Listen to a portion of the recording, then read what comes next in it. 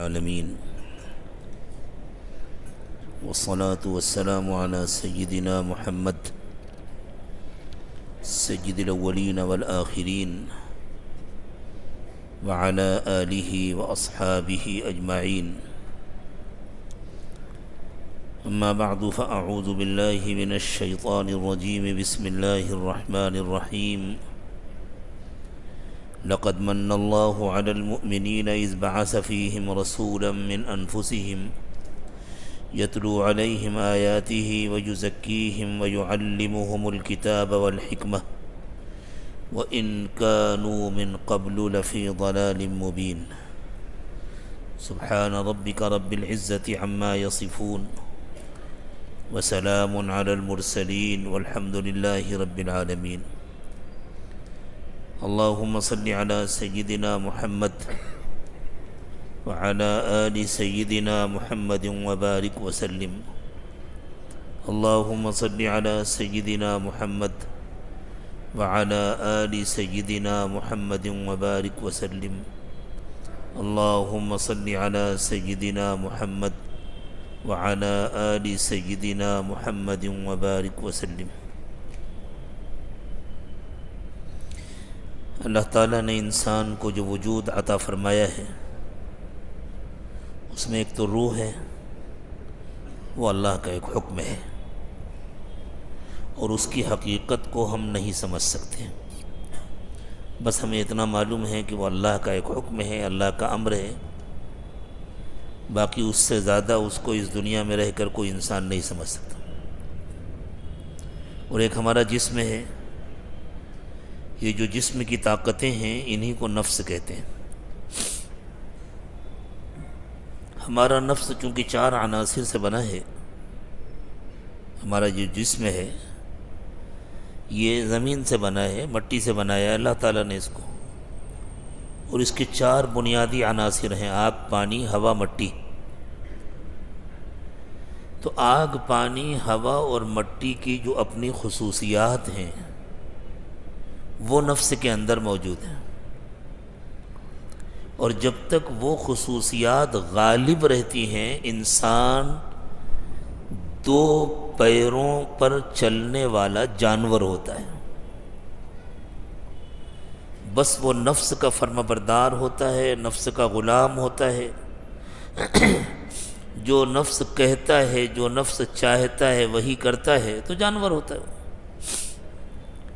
بلکہ جانور سے بدتر ہوتا ہے، اس لیے کہ جانور کے لیے اللہ تعالیٰ نے تزکیہ نہیں بنایا ہے. جانور سے اس کا تقاضا نہیں ہے، اس کا مطالبہ نہیں ہے کہ وہ نفس کے ان تقاضوں کو مغلوب کرے اور اللہ کا کہنا مانے. انسان سے تو اس کا تقاضا ہے. ایسا انسان منمانی زندگی گزارتا ہے، اس کا وجود پہلے دوسروں کے لیے مصیبت ہوتا ہے، پھر اس کا وجود اس کی اپنی ذات کے لیے مصیبت بن جاتا ہے. وہ اپنے آپ سے تنگ آ جاتا ہے اور آخر میں اس کو خودکشی کا راستہ نظر آتا ہے. انسان حقیقت میں انسان اس وقت بنتا ہے جب وہ نفس کے ان تقاضوں پر غلبہ حاصل کر لیتا ہے، جب وہ اپنے آپ پر کنٹرول کر لیتا ہے. اور یہ ہوتا ہے بڑے مجاہدے کے بعد، کسی کی نگرانی میں، کسی کی تربیت میں جب مجاہدہ ہوتا ہے تب جا کر یہ نعمت حاصل ہوتی ہے. تو اسی کام کے لیے اللہ تعالیٰ نے حضرات انبیاء کرام علیہم الصلاۃ والسلام کو مبعوث فرمایا. اخیر میں امام الانبیاء رحمت دو عالم سیدنا محمد رسول اللہ صلی اللہ علیہ وسلم تشریف لائے. تو انبیاء کرام علیہم الصلاۃ والسلام انسان کو انسان بناتے ہیں. اس سے پہلے وہ انسان نہیں ہوتا، وہ ایک جانور ہوتا ہے، ایک درندہ ہوتا ہے. وہ بچھوؤں کی طرح ڈنک مارتا ہے، وہ کتوں کی طرح ایک دوسرے سے جھگڑا کرتا ہے، وہ سانپ کی طرح ڈس لیتا ہے. ساری اس کے اندر جانوروں والی خصوصیات ہوتی ہیں. تھوڑی سی اور تفصیل میں جائیں تو وہ کیسا انسان ہوتا ہے؟ چونکہ وہ بنا ہے آگ، پانی، مٹی اور ہوا سے، تو ہم دیکھیں کہ ان عناصر کی اپنی کیا خصوصیات ہیں۔ پانی ایک جگہ ٹھہرتا نہیں ہے، پانی کو جیسے ہی موقع ملتا ہے وہ بہتا ہے۔ تو نفس کے اندر پانی کا اثر یہ ہوتا ہے کہ پھر اس کے مزاج میں ٹھہراؤ نہیں ہوتا، کبھی اس کے پیچھے کبھی اس کے پیچھے، حتیٰ کہ نکاح ہو جانے کے بعد بھی، گھر میں حلال و پاکیزہ بیوی کی موجودگی کے بعد بھی وہ اس کے اور اس کے پیچھے دوڑتا رہتا ہے۔ نہیں پاتا تو کم از کم تصویریں دیکھتا ہے، انٹرنیٹ کا استعمال کرتا ہے، تنہائی میں نگاہوں کا گناہ کرتا ہے، خیالات کا گناہ کرتا ہے۔ یہ پانی کا اثر ہے۔ شہوت کے جتنے گناہ ہوتے ہیں یہ سب پانی کا اثر ہے۔ اسی لیے آپ دیکھیں شہوت کا پانی سے کتنا گہرا تعلق ہے، جسم سے پانی نکل گیا شہوت ختم۔ دوسرا عنصر جس سے انسان بنا ہے وہ آگ ہے۔ آگ گرم ہوتی ہے تو پھر اس کا مزاج بھی بڑا گرم ہوتا ہے، بات بات میں غصہ ہو جاتا ہے، ناراض ہو جاتا ہے۔ اس کے گھر والے اس کے غصے سے تنگ ہوتے ہیں، اس کے محلے والے، اس کے پڑوسی، اور ایک وقت آتا ہے کہ وہ خود اپنے غصے سے تنگ آ جاتا ہے لیکن کر کچھ نہیں سکتا، ذرا ذرا سی بات میں غصہ آ جاتا ہے، اور جب غصہ آتا ہے تو وہ بالکل بے قابو ہو جاتا ہے۔ یہ آگ کی خصوصیت ہے۔ اور اس کے اندر حسد ہوتا ہے، وہ کسی کی نعمت کو دیکھ نہیں سکتا۔ یہ بھی آگ کی خصوصیت ہے۔ جیسے آگ ہر چیز کو جلا دیتی ہے، اس میں لکڑی ڈالو تو لکڑی جل جائے، اس میں کوئلہ ڈالو تو کوئلہ جل جائے، اس میں کپڑا ڈالو تو کپڑا جل جائے۔ اسی طرح یہ انسان جس کے اندر آگ کا اثر غالب ہوتا ہے، اس کو غصہ بہت آتا ہے اور اس میں حسد بہت ہوتا ہے۔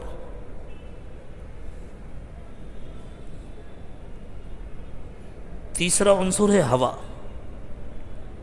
ہوا غبارے میں بھرو تو کیسے ہوا پھولتی ہے، اسی طرح اس کے اندر بھی ہوا بھری ہوتی ہے تو یہ بھی پھولتا ہے، میں ایسا میں ایسا۔ اور اگر آگ اور ہوا دونوں ساتھ میں مل جائیں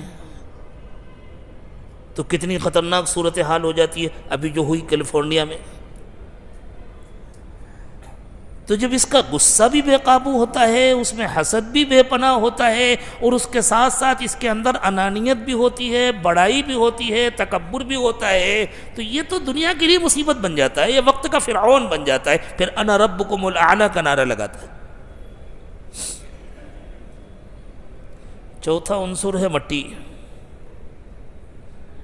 مٹی کے مزاج میں حرص ہے اور بخل ہے۔ مٹی میں پانی ڈالو تو وہ پانی کو چوس لیتی ہے، اور ڈالو اس کو بھی چوس لیتی ہے، ڈالتے رہو چوستی رہتی ہے۔ تو اس کے مزاج کے اندر بھی حرص ہوتی ہے کہ بس ساری دنیا کا مال مجھے مل جائے، اور بخل ہوتا ہے اس کے مزاج میں، وہ اللہ کے راستے میں اللہ کے ضرورت مند بندوں پر ایک پیسہ خرچ کرنے کو تیار نہیں ہوتا۔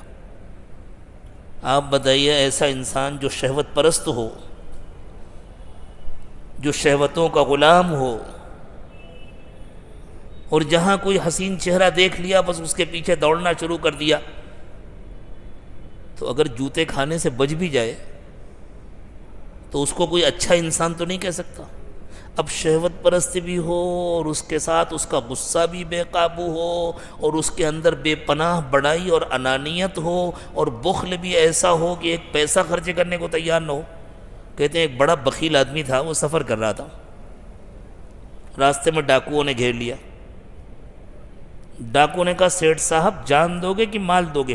اس نے کہا بھیا جان لے لو، مال تو رکھا ہے بڑھاپے میں کام آئے گا۔ یعنی مر رہا ہے لیکن مال دینے کو تیار نہیں۔ کہتے ہیں ایک بخیل آدمی تھا، وہ دلدل میں دھس رہا تھا، تو کسی نے سوچا اس کو بچا لیں۔ تو اگر کوئی دلدل میں دھسا ہو تو دوسرا آدمی بچانے والا دلدل میں نہیں اترتا، ورنہ وہ بھی دھس جائے گا۔ وہ باہر سے کوئی چیز ڈال کر کے کہتا ہے اس کو پکڑ لو۔ تو اس نے آواز دیا کہ اپنا ہاتھ مجھے دو۔ وہ بس دیکھ رہا ہے اور ہاتھ نہیں بڑھا رہا، اور تھوڑا تھوڑا تھوڑا تھوڑا دھستا جا رہا ہے اندر۔ اس کے گاؤں کے کسی آدمی کو قدر ہوا، اس نے دیکھا، ارے کہا تم کس سے کہہ رہے ہو اپنا ہاتھ دو، اس نے زندگی میں دینا سیکھا ہی نہیں ہے، وہ تو صرف لینے والا ہے۔ تو اس کے سمجھ میں اس نے کہا اچھا میرا ہاتھ لو، تو اس نے جلدی سے پکڑ لیا۔ یہ بخیلوں کا حال ہوتا ہے، وہ زندگی بچانے کے لیے بھی کچھ دینے کو تیار نہیں، اپنا ہاتھ دینے کو تیار نہیں۔ جب تربیت ہوتی ہے اس انسان کی، اور جب یہ جو اس کے نفس کے عناصر ترکیبیہ ہیں، جب ان کے اثرات زائل ہوتے ہیں، ختم ہوتے ہیں، اور نفس کی پالش ہوتی ہے، تو پھر شہوت کا غلبہ بھی ختم ہو جاتا ہے، پھر وہ جائز حدود میں اپنی ضرورتیں پوری کرتا ہے، پھر غصہ بھی بے وقت نہیں آتا، جب ضرورت ہوتی ہے تب آتا ہے، اور جتنی ضرورت ہوتی ہے اتنا آتا ہے، ورنہ غصہ بھی ختم ہو جاتا ہے، پھر حسد بھی ختم ہو جاتا ہے، پھر حرص بھی ختم ہو جاتی ہے، پھر بڑائی بھی ختم ہو جاتی ہے، اور انسان بڑا خوبصورت انسان بن جاتا ہے۔ یہ ساری محنت نفس پر ہوتی ہے، اور یہ ذکر کی محنت ہوتی ہے کسی کی تربیت میں۔ جب کسی بڑے کی تربیت میں ذکر کی محنت ہوتی ہے تو نفس کے اندر تبدیلی آتی ہے۔ جب تک کسی طرح کی کوئی محنت نہیں ہوئی اور انسان درندہ بنا ہوا ہے، اس وقت تک اس کا نفس امارہ ہوتا ہے۔ نفس کے 3 درجے ہیں جن کو قرآن پاک نے بیان کیا ہے۔ ایک درجہ ہے نفس امارہ، حضرت یوسف علیہ السلام نے ارشاد فرمایا تھا وَمَا أُبَرِّئُ نَفْسِي إِنَّ النَّفْسَ لَأَمَّارَةٌ بِالسُّوءِ، میں اپنے نفس کی صفائی نہیں دے رہا، نفس کا تو کام ہی ہے برائی کا حکم دینا، تو وہ ہر وقت بس یہ کھا لو، یہ پی لو، یہ کر لو، یہاں گھوم لو، ایسا کر لو، فلاں پر ظلم کر لو، فلاں کے ساتھ زیادتی کر لو، فلاں سے چھین لو، یہ بچا لو، یہ روک لو، اور فلاں کی ہمت کیسے ہوئی کہ اس نے مجھے گھور کے دیکھ لیا اور مجھے کچھ کہہ دیا، وہ مجھے سمجھتا کیا ہے، اسے معلوم نہیں ہے میں کون ہوں۔ یہ سارے جملے بولے جاتے ہیں نا۔ جب نفس امارہ ہوتا ہے تو یہ حال ہوتا ہے۔ سوائے گناہ کرنے کے، سوائے اللہ کی نافرمانی کے اس کا کوئی کام نہیں ہوتا۔ سوتا ہے تو گناہوں کے خیال لیے لیے سوتا ہے، اٹھتا ہے تو گناہوں کے منصوبے لے کر کے اٹھتا ہے، گھر میں ہوتا ہے تو گناہوں کے پلان بنا رہا ہوتا ہے، باہر نکلتا ہے تو گناہوں کے کام کر رہا ہوتا ہے۔ پھر جب اللہ توفیق دیتے ہیں اور تھوڑی سی تربیت ہوتی ہے، تھوڑی سی محنت ہوتی ہے، تو اب گناہ کر کے شرمندگی ہونے لگتی ہے، اب پچھتاوا ہونے لگتا ہے کہ ارے یہ میں نے کیا کر دیا۔ کوشش کرتا ہے کہ میں گناہ نہ کروں، تقاضا تو ہوتا ہے گناہ کا، اس لیے کہ نفس کی ابھی مکمل تربیت نہیں ہوئی، تو گناہ کا تقاضا تو ہوتا ہے، لیکن جب گناہ ہو جاتا ہے تو اس کو افسوس ہوتا ہے، اسے ندامت ہوتی ہے، اسے شرمندگی ہوتی ہے۔ نفس جب اس حال کو پہنچ جائے تو اس کو نفس لوامہ کہتے ہیں، جیسے اللہ تعالیٰ نے ارشاد فرمایا لا اقسم بیوم القیامہ ولا اقسم بالنفس اللوامہ، ملامت کرنے والا نفس اپنے اوپر افسوس ہونے لگتا ہے، لیکن یہ بھی خطرے کا مقام ہے، اتنا بھی کافی نہیں ہے، ورنہ بار بار گناہ ہوگا، بار بار گناہ ہوگا، اور اس کا ڈر ہے کہ کہیں توبہ کے بغیر ہی دنیا سے چلے گئے تو پھر اللہ جانے کیا انجام ہوگا، جہنم کے ایندھن بنیں گے، اور ہو سکتا ہے اگر دل نے انکار کر دیا ہے اللہ کے حکم کا اور اللہ کے کلام کا اور اللہ کی بات کا، تو ہمیشہ کے لیے ایندھن بنیں گے، ورنہ اگر کچھ دنوں کے لیے بھی کوئی جہنم میں گیا تو چھوٹی سے چھوٹی سزا لاکھوں کروڑوں سال کی ہوگی، کون برداشت کر سکتا ہے؟ لیکن جب اسی نفس پر محنت ہوتی ہے اور اللہ کو خوب یاد کیا جاتا ہے، خوب ذکر ہوتا ہے اللہ تعالیٰ کا، اور کسی بڑے کی نگرانی ہوتی ہے، اس کی روک ٹوک ہوتی ہے، اس کی تربیت ہوتی ہے، تو پھر ایک وقت آتا ہے کہ یہ نفس مطمئنہ بن جاتا ہے، اب اسے گناہوں سے نفرت ہو جاتی ہے۔ جیسے آپ دیکھیں یہ اسٹینڈ کتنا سفید کلر ہے اس کا، حالانکہ یہ لوہا ہے اور لوہا کا کلر تو سفید نہیں ہوتا، لیکن جب اس کی گھسائی ہوئی اور اس کو رگڑا گیا اور پھر اس پر پالش کی گئی تو کتنا عمدہ کلر ہو گیا۔ اب اس میں زنگ لگنے کا بھی خطرہ نہیں ہے، یہ سٹین لیس اسٹیل بن گیا، زنگ نہیں لگ سکتا اس میں۔ بالکل اسی طرح پھر نفس مطمئنہ بن جاتا ہے، اسے گناہوں سے نفرت ہو جاتی ہے اور اللہ تعالیٰ کی طرف سے اس کے اوپر گویا حفاظت کی پالش کر دی جاتی ہے۔ نفس پر یہ محنت کرنا ضروری ہے تاکہ جلدی سے ہمارا نفس مطمئنہ بن جائے۔ اسی نفس مطمئنہ کے سلسلے میں خوشخبری دی گئی ہے کہ اس کو جنت میں داخلہ ملے گا۔ یا ایتھا النفس المطمئنہ ارجعی الی ربک راضیۃ مرضیہ فادخلی فی عبادی وادخلی جنتی، کہ اس نفس مطمئنہ سے، یعنی اس انسان سے جس نے اپنے نفس پر اتنی محنت کر لی کہ اس کا نفس مطمئنہ ہو گیا۔ پہلے کھا کر مزہ آتا تھا، اب روزہ رکھ کر کے بھوکے رہ کر کے مزہ آتا ہے۔ پہلے سو کر مزہ آتا تھا، اب اللہ کے دربار میں کھڑے ہو کر کے نمازیں پڑھنے اور تراویح پڑھنے اور نوافل پڑھنے میں مزہ آتا ہے۔ پہلے اپنے پاس رکھ کر کے مزہ آتا تھا، اب دوسروں کو کھلانے میں اور دوسروں کو دینے میں اور دوسروں کی ضرورتیں پوری کرنے میں مزہ آتا ہے۔ پہلے کوئی گالی دے دے تو اس کو پلٹ کر کے تھپڑ لگاتے تھے، اور اب اگر کوئی برا بھلا کہہ دے تو خاموش ہو جاتے ہیں اور سوچتے ہیں کیا پتہ مجھ سے کون سا گناہ ہوا جس کی سزا اللہ نے دلوائی ہے۔ اللہ چاہتے اس سے بڑی سزا دلوا دیتے، اللہ تعالیٰ کا کرم ہے کہ اللہ نے چھوٹی سزا دلوائی، اللہ اس کو بھی معاف کر دے، مجھے بھی معاف کر دے، اور انسان دعا دیتا ہوا چلا جاتا۔ اللہ تعالیٰ ہم سب کا نفس مطمئنہ بنا دے۔ یہ نفس امارہ پر محنت کر کے اس کو نفس مطمئنہ بنا لینا، اسی کا نام ہے تزکیہ نفس۔ یہ کام ہے انبیاء اکرام علیہم السلام کا، اور حضور پاک صلی اللہ علیہ وسلم چونکہ امام الانبیاء اور خاتم النبیین ہیں، آپ خاتم الانبیاء ہیں، آپ کے بعد کوئی نبی آنے والا نہیں، اور یہ ضرورت تو قیامت تک باقی رہنے والی ہے۔ اس لیے اللہ تعالیٰ نے یہ انتظام فرمایا کہ آپ کی یہ وراثت قیامت تک جاری رہے گی، آپ کے وارثین قیامت تک یہ کام کرتے رہیں گے، اور وہ امت کی تربیت کرتے رہیں گے اور نفس امارہ کو نفس مطمئنہ بناتے رہیں گے۔ بنائیں گے تو اللہ تعالیٰ، لیکن وہ نگرانی کریں گے، وہ تربیت کریں گے، اور اللہ اپنا فضل فرمائیں گے۔ ایسے انسان کا جب موت کا وقت آتا ہے تو فرشتے آ کر کے اس کو اللہ کا پیغام سناتے ہیں، یا ایتھا النفس المطمئنہ، اے انسان جو اللہ سے خوش رہتا تھا اور جس نے اپنے نفس پر محنت کر کے اسے نفس مطمئنہ بنا لیا تھا، ارجعی الی ربک راضیۃ مرضیہ، آؤ اپنے رب کے پاس واپس آ جاؤ، بس دنیا میں تمہارا کام ختم ہو گیا، تم دنیا میں آئے تھے اپنی آخرت بنانے کے لیے، تمہاری آخرت بن گئی، تم دنیا میں آئے تھے موت کی تیاری کرنے کے لیے،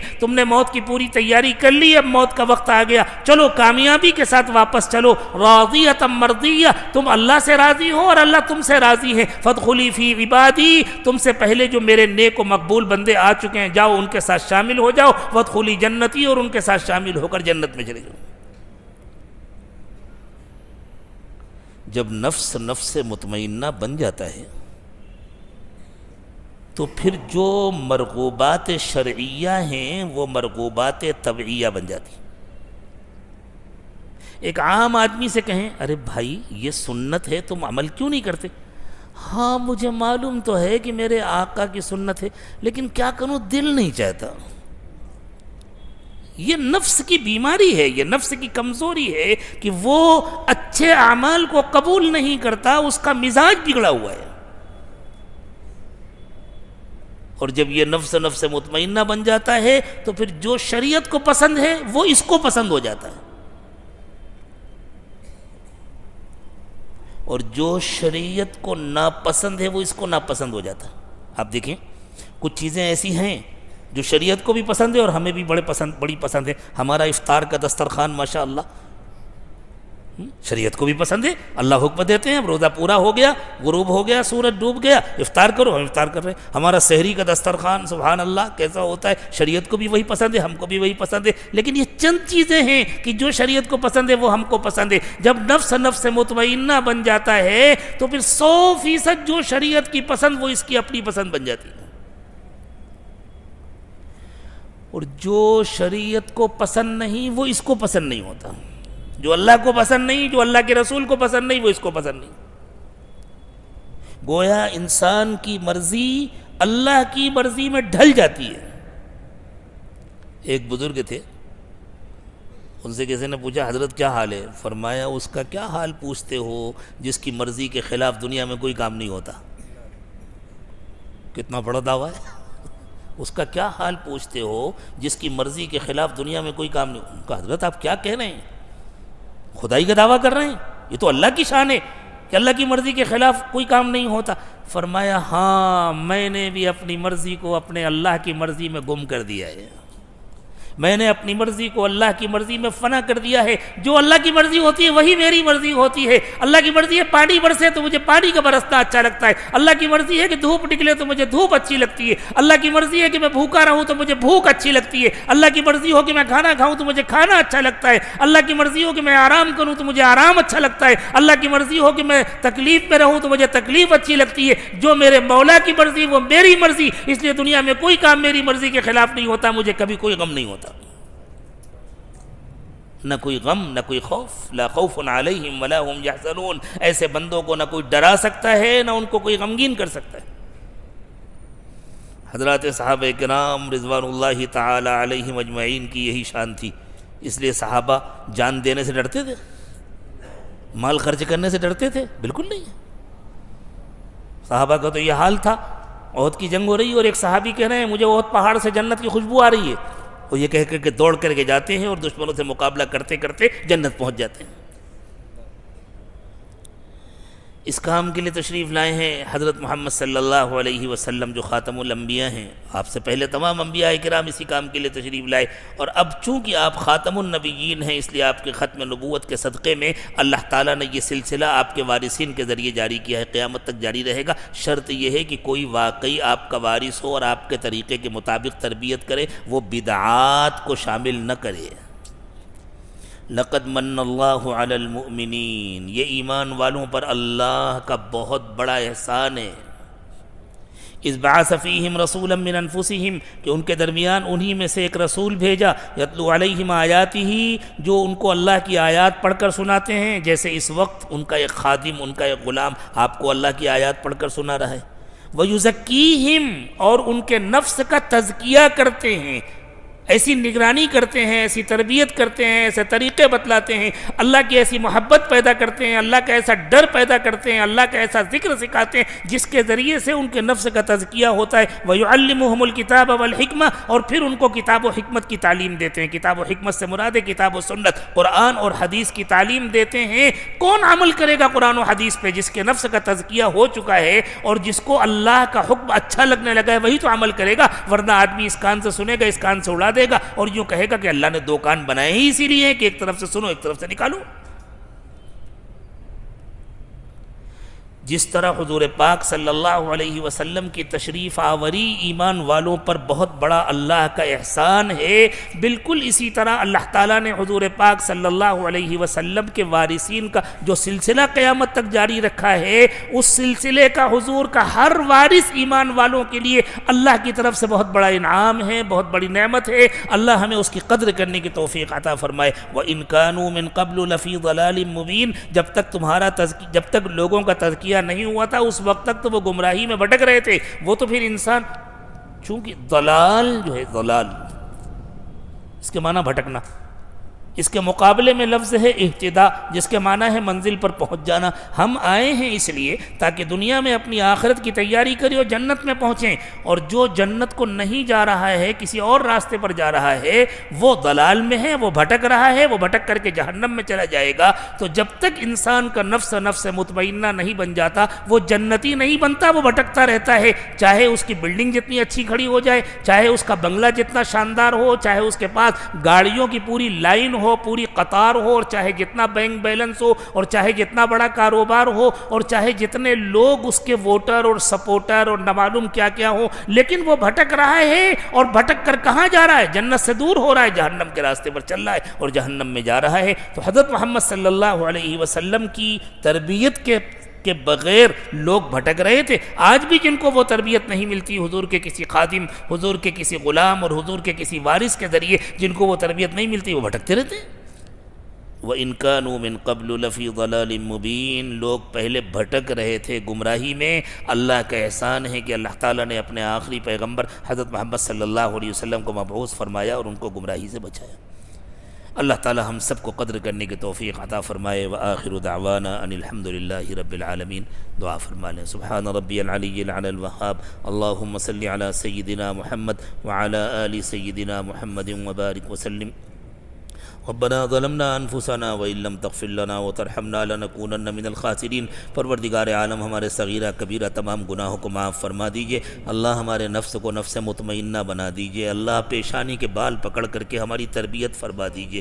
اللہ جیسے رسول پاک صلی اللہ علیہ وسلم نے صحابہ کرام کی تربیت فرمائی تھی، اللہ ہماری بھی تربیت فرما دیجئے۔ اللہ سارے رذائل دور فرما دیجئے، سارے خصائل و فضائل نصیب فرما دیجئے۔ اللہ بری زندگی، بری موت، برے انجام سے حفاظت فرمائیے، اچھی زندگی، اچھی موت، اچھا انجام نصیب فرمائیے۔ اللہ رمضان کی رحمتوں اور برکتوں سے ہمیں محروم نہ فرمائیے۔ اللہ روزے بھی قبول فرمائیے، نمازیں بھی قبول فرمائیے، ذکر و تلاوت بھی قبول فرمائیے۔ اللہ رمضان کی نعمت ہمیں بار بار نصیب فرمائیے، بار بار رمضان کی مقبول عبادتیں نصیب فرمائیے، اور بار بار ہمیں زندگی میں عید کی خوشیاں نصیب فرمائیے۔ اللہ ہمیں ساری زندگی کے لیے متقی بنا دیجئے۔ اللہ ہمیں ایسا کامل تقوی عطا فرما دیجئے کہ ہماری پوری زندگی رمضان جیسی بن جائے اور موت کا دن عید سے زیادہ خوشیوں کا دن بن جائے۔ ربنا تقبل منا انك انت السميع العليم وتب علينا انك انت التواب الرحيم۔ سبحان ربك رب العزة عما يصفون وسلام على المرسلين والحمد لله رب العالمين۔